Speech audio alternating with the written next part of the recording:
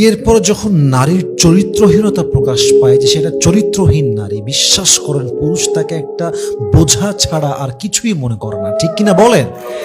আর নারী যখন দেখে বিয়ের পরে আমার স্বামী চরিত্রহীন, নেশাখোর, গাঁজাখোর, কথার ঠিক নাই, চরিত্রের কোনো ঠিক নাই, 12 জায়গায় মুখ দেওয়া স্বভাব তার, নারী তখন না পারে ধরতে, না পারে ছাড়তে। ধরতে গেলে কষ্ট নিয়ে বাঁচতে হবে, ছাড়তে গেলে ডিভোর্সের কলঙ্ক নিয়ে বাঁচতে হবে।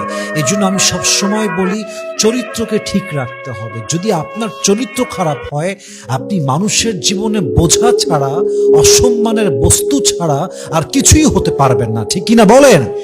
আর আমি একটা কথা প্রায় বলি, চরিত্রহীন পুরুষের জন্য, চরিত্রহীন নারীর জন্য সংসার নয়।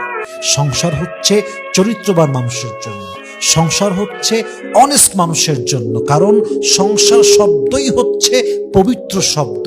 এর সঙ্গে চরিত্রহীনতা, এর সঙ্গে ডিসঅনেস্টি, এর সঙ্গে মিথ্যা, এটা কখনো যায় না যুবক ভাইরা, ঠিক কিনা বলো?